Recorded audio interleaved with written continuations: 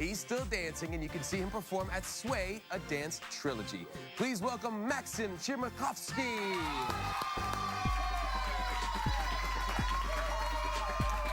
What's up, man? What's up, buddy? Welcome, welcome, welcome. Now, you and I will forever have a connection because your first season on Dancing with the Stars, in season 2, was the year that Drew, my brother, took home the Mirror Ball trophy. So, setting off a long history of me coming this close. well, it's been many, many years now. You can be honest about it. What do you truly think of my brother's dancing ability? I liked it. I liked it.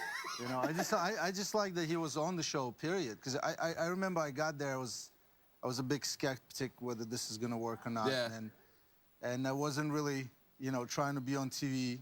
You know, we were kind of consumed with our ballroom world. We were weird, and we accepted it. So, you know, to get on the show like this, and, you know, and then to see some of these people that was dancing with celebrities, which was a very stretched word at that time. You know, to see one of the Lacheys, I'm like, oh, I know that guy. So hey. that's a legitimate show now. So I'll be honest, I was a little skeptical about it too. He said, what do you think? Should I do this show, this ballroom dancing show? And I'm like, Drew, that sounds like the worst idea I've ever heard. Thankfully, Drew never listens to anything I say because it was a huge thing. Not only that, but also Drew is not credited with what I think is the major component of Dancing with the Stars, the freestyle. You know, yeah. They literally created what has become the benchmark of freestyles. And if you don't do what Drew and Cheryl did to win, you know, you're never going to take it. And so even now, I'm like, you know, I'm watching Derek and Nastya get eliminated there, getting interviewed across the street.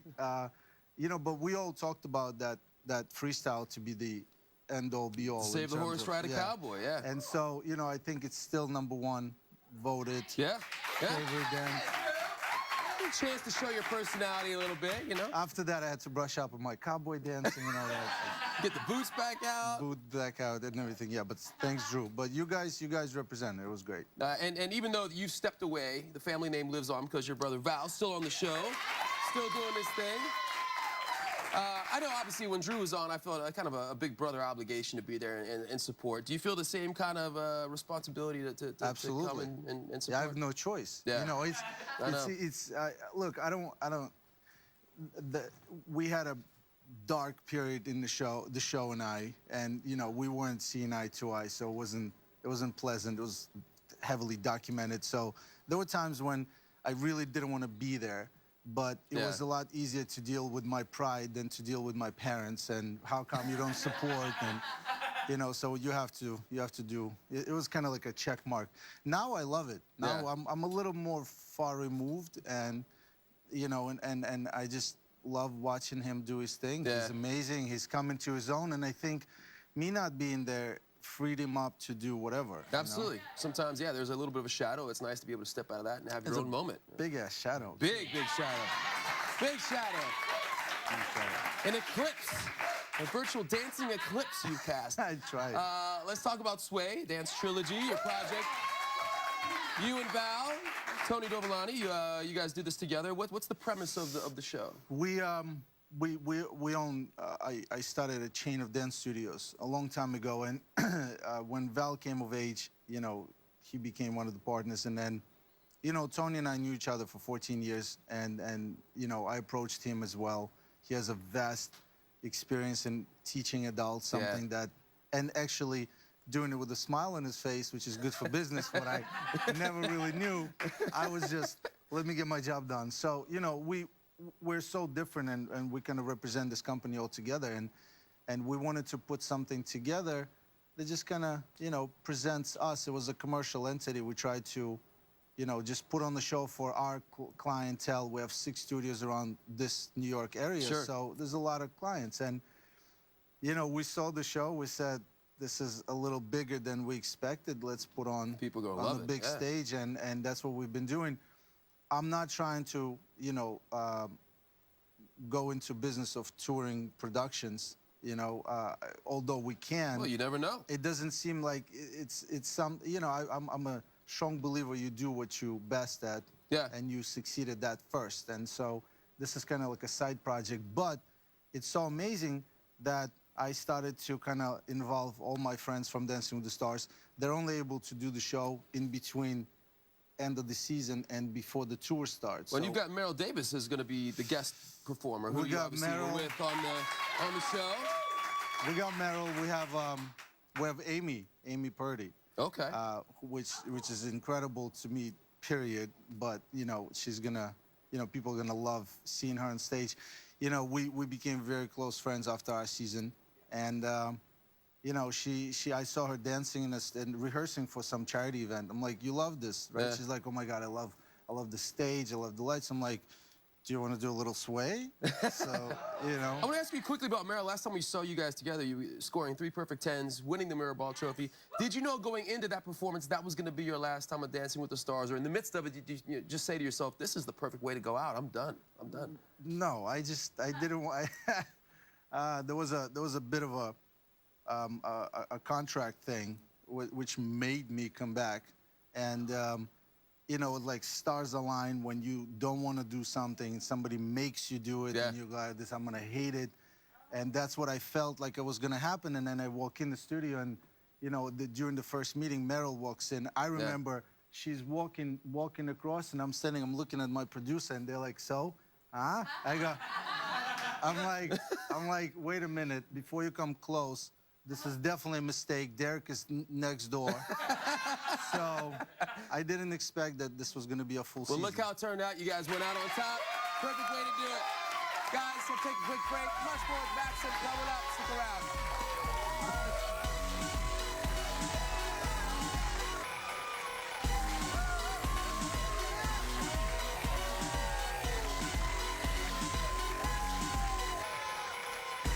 So, Kyle.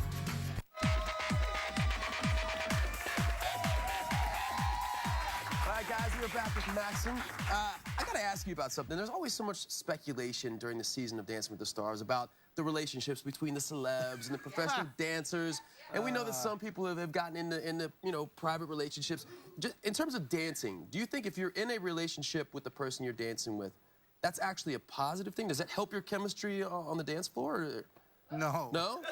No?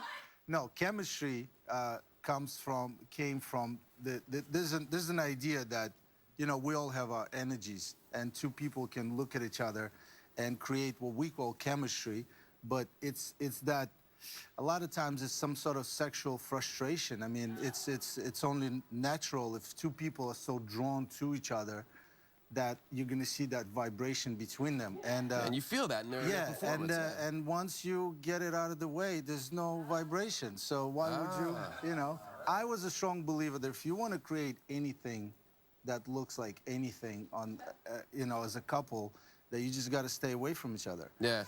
And you know, but it's like it's the Bull Durham approach. yeah, but Yeah. keep the tension there. Keep the tension. But also, you know, I started dancing when I was 4. My brother and I actually, since I retired, he competed for a couple more years, so he kind of caught up to how many partners we had in our professional and growing up careers. I had 11. Since I'm 4 years old, I've been divorced and married 11 times. and it teaches you a lot of things about relationships and what it is to be. You know, I have no personal space. I put my hands in places where people like go like this, and to me, it doesn't mean anything. It's just a ballroom frame or whatever. So let's keep that line there. Yeah. So it took us, up until now, it took us a decade of Dancing with the Stars and bunch of drama and rumors and other stuff and everything else to kind of Have celebs ever reacted though to the? I mean, if you do go for a move that to you is just Kirstie Alley told me. She was the one. I was like, I didn't understand what she was saying. She's like, you're so flirty. I'm like, flirty? I'm tripping out trying to think of choreography and how to teach you. And I think Kirstie was actually hoping you were getting flirty. No, but so we started talking. I'm like, what do you mean? She goes, well, you know, your hand, you put it on the small of my back. I'm like, yeah. And she goes, well, that's really flirty. I'm like, no, that's rumba. I'm trying to move you. But she made me realize that a lot of things that we feel, you know, like again, personal space. I remember I was 4. I got this partner, and they put us together, and next thing you know, I spent the rest of my life in a close proximity with the Right. opposite sex, and it doesn't mean anything to me. Right. So It's what you do. know, It's your job. It's your job. You were just talking in the break. You just had recently knee surgery on your right knee, and I know you've had a bunch of injuries over the course of your career. How do you, when you're constantly challenging your body and constantly working your body, how do you stay and how do you recover from things like that? How do you stay in good condition? Mostly denial. Just It doesn't hurt. It doesn't hurt. Denial and placebo. No, I feel great. I feel like I've been one of the lucky ones. I never had, you know, I always kept it cool in terms of I knew once the knees go, you're done. Yeah. And I was waiting for that to happen. Over the last couple of years, there was ankles and knees and hips and other stuff. And You're always back. But that's all good. You know, nothing that can be fixed Right. is gonna slow me down. And if it can't be fixed, then it's an amazing time to move on. And Well, Maksim, other things. not everyone has been as lucky as you, all right? And since you're such an expert in the world of dance, I want to play a little game with you. I'm going to show you a video of people dancing. I'm going to then pause it. And you have to decide whether, when we play it again, they continue on successfully or it ends in complete catastrophe. All right? It's a little game Let's do called it. Perfect 10 or Never Walk Again. We have our trusty paddles here. Hope you make your decision. Let's go ahead and roll the first one and see what Maksim thinks. All right. Okay, that's How's this gonna end? Perfect 10. It's not gonna end well. So never walk. You're saying never walk again? It's not gonna. First of all, he's wearing slippers. Like that. You just disrespected Dirty Dancing. Her little spread eagle is way too much. The center of balance is completely off. She's going over his head. That's what A I'm thinking. flawed spread eagle will get you every time. Yeah. All right. Yeah. I agree. This is a never walk again. All right. Roll them.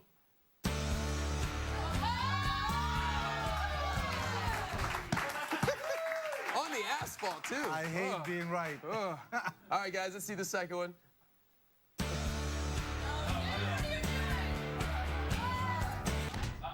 Any clip with a can of gasoline. I was gonna Not say, feeling good about it. and a tripped out teenager. I don't really know. I'm gonna give it a perfect 10 just because I'm hoping All right. it's not gonna be what I think it'll be. I expect a full explosion of some sort, so I'm going never walk again. All right, let's see what happens.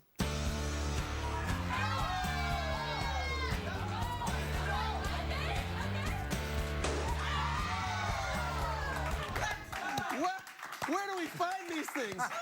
Where do these come from? He let me down in the last second, dude. You were doing so well. I looked at. All right, let's see the third one here.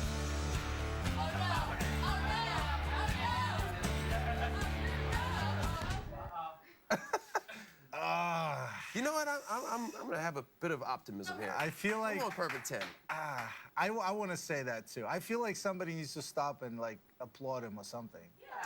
Yeah, I mean, something good's gonna happen. yeah, it's either this or he gets hit by a car. So Which one is it? I'm just gonna give it a. All right, we're both He's going gonna get 10. away with both it. going 10. Let's see it.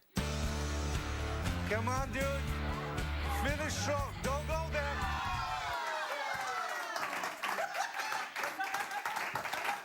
He got cleaned up by the ice cream truck. I mean, you just honestly, you know. You can hear those things coming too. They have songs that play. How do you not get Honestly, you deserve it. You deserve it. All right, let's see the fourth one. I think that was the worst I've ever seen. He overreached. I mean, you were doing so well. Stop. Look, you know, we've all done it. He went too far. He Not went the too ice far. cream truck. All right, let's see the next one.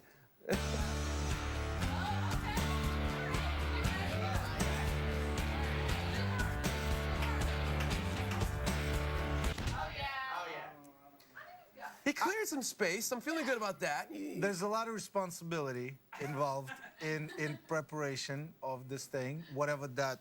It's not going to be pretty, but I'm hoping. Look, I'm gonna say he's never gonna walk again, just because I've been wrong the last couple of times, you know. So I'm gonna follow your lead. Let's do it. Let's see what I feel happens. this is getting badly. All right, let's see what happens.